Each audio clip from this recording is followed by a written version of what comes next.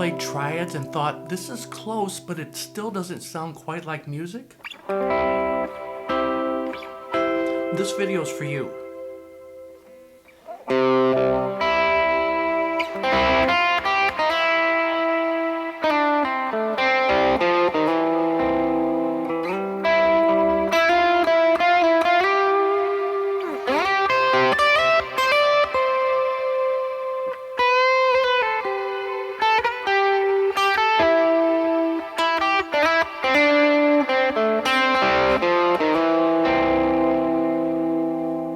Because the moment a triad becomes a lead line isn't about adding notes, it's about where you land.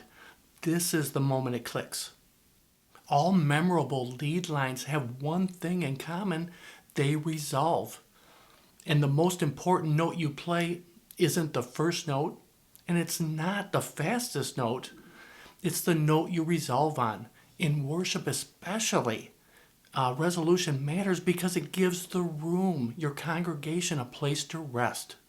I use triad shapes as a visual, just a visual tool to get me around the fretboard.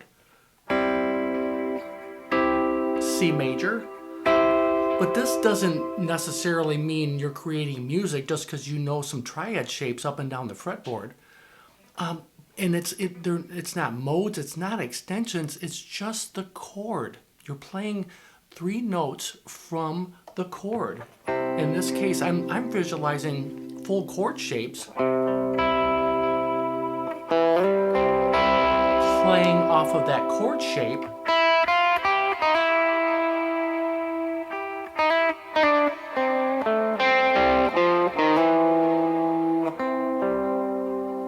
Right back. This is home base. I like to look at it that way.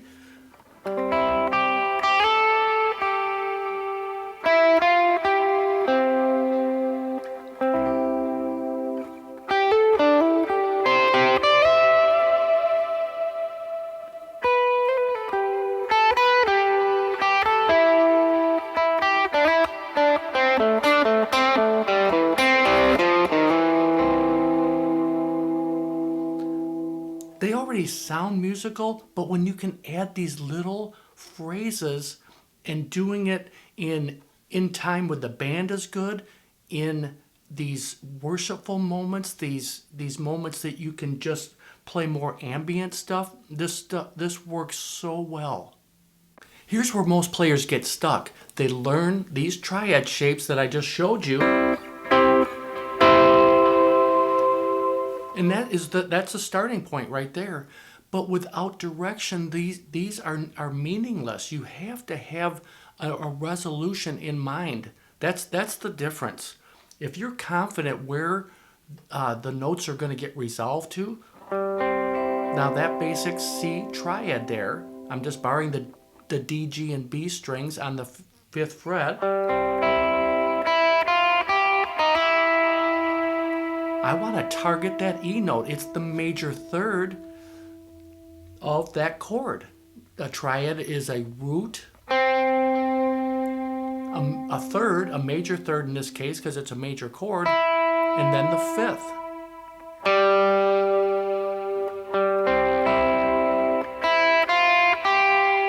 Walking up to the 5th, and then I'm resolving on that third.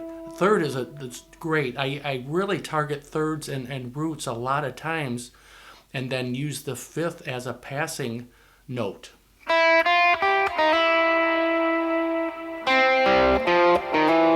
Then there's another E right here, the 7th fret of the A string.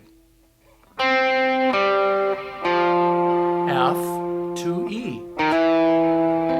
Because in the key of C, that F note is in the major scale.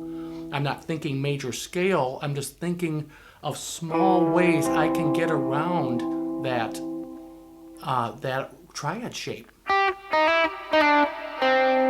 Using little bluesy moves like that, that's my style, and that's how I like to do it. But in a worship setting, you have to use this stuff sparingly, but there's certainly many moments this works great. So a triad becomes a lead line when you decide what note to land on. This is so important. The most important note you play is the note you resolve on. So here's the shift for me. When this stuff started really clicking in my worship guitar playing, is I don't think about the full, all three notes equally. As I play those shapes, I'm thinking, what note will I target? And like I said, the E is very strong with that C. Root, fifth, it's low, but you have the octave always.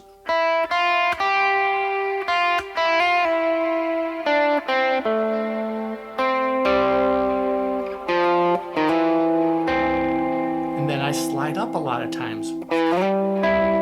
When I'm in that position, it feels right to me.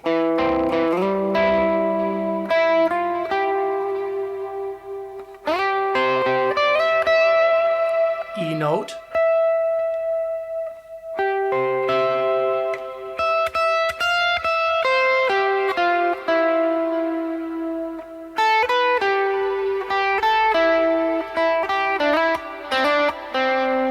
I walk down, I'm thinking of the C major pentatonic at times, but still visualizing these shapes. How I can walk down to these simple shapes on different string sets sometimes. For me, as you start doing this, you'll see them all up and down the fretboard, vertically and horizontally. That's where the key is for me, is to walk up.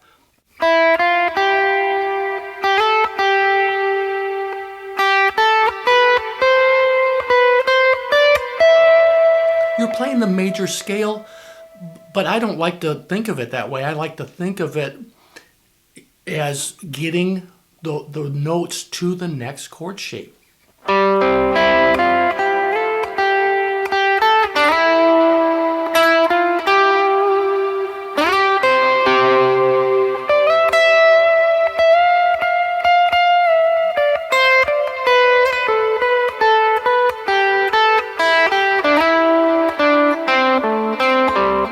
And then resolving. So like I said, this works so well with ambient stuff, and I could add a bunch more reverb and it would sound awesome like that. But in context with a groove, so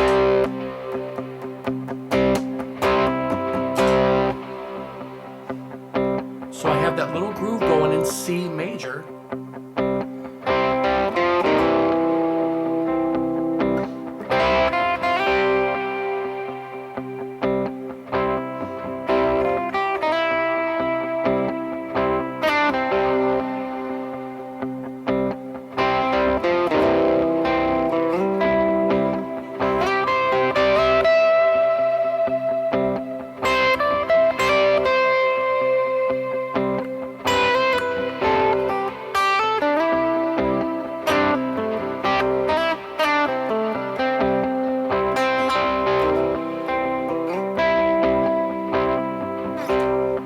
Using my ear a lot here, and I'm not saying I'm going to land on a G note here, I'm going to land on an E. I already know what sounds good, because when you play the triad one note at a time, you know where to resolve.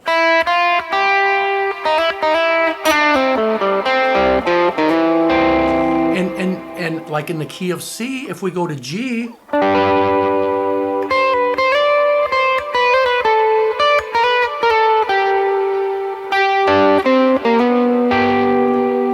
the fifth, the 5 chord sounds great with doing the exact same moves. The 4 chord is F. You can't do the exact same moves because it kind of changes the key, tonal center. F triad.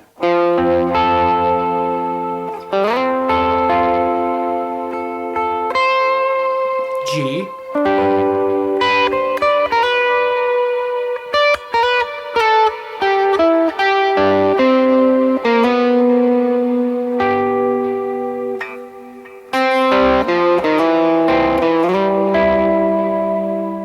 So here's how I want you to practice this.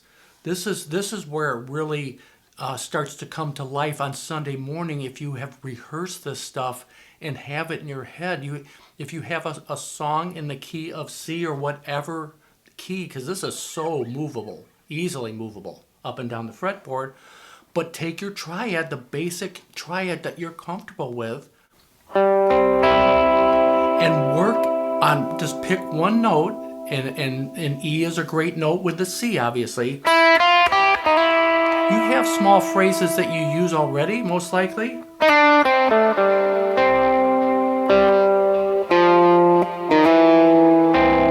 In the key of C, that's just, you have a phrase going up and you have one going down because you really don't know what situation you're going to be in because you're working around the vocals a lot of times, and you don't want to be playing busy lead lines during vocal time, but you can walk up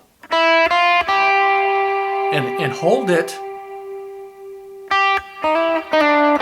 and get back down as the vocal is getting ready to say another line. You can pause and let those notes ring using your delay and reverb. I have it kind of light right now, but it's...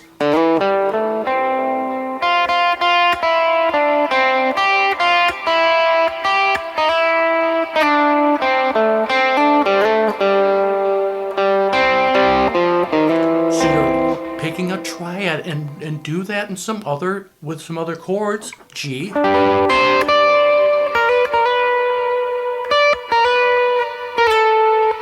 Using that, like, it's a blue note. Just that little it really sounds bluesy. That stuff works if you're not doing it in a blues context. You're just, it's a little passing tone.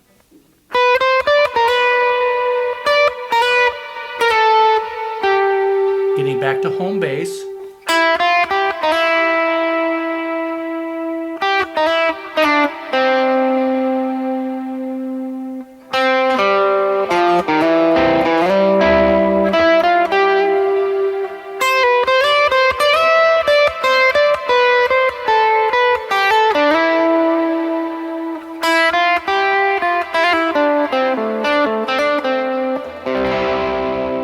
A triad becomes a lead line the moment it resolves. You have that structure, use it. It's not how many notes you play, it's where you land them. If this lesson's helpful, let me know. I really appreciate your feedback. Thanks for hanging out with me, and remember, Jesus loves you.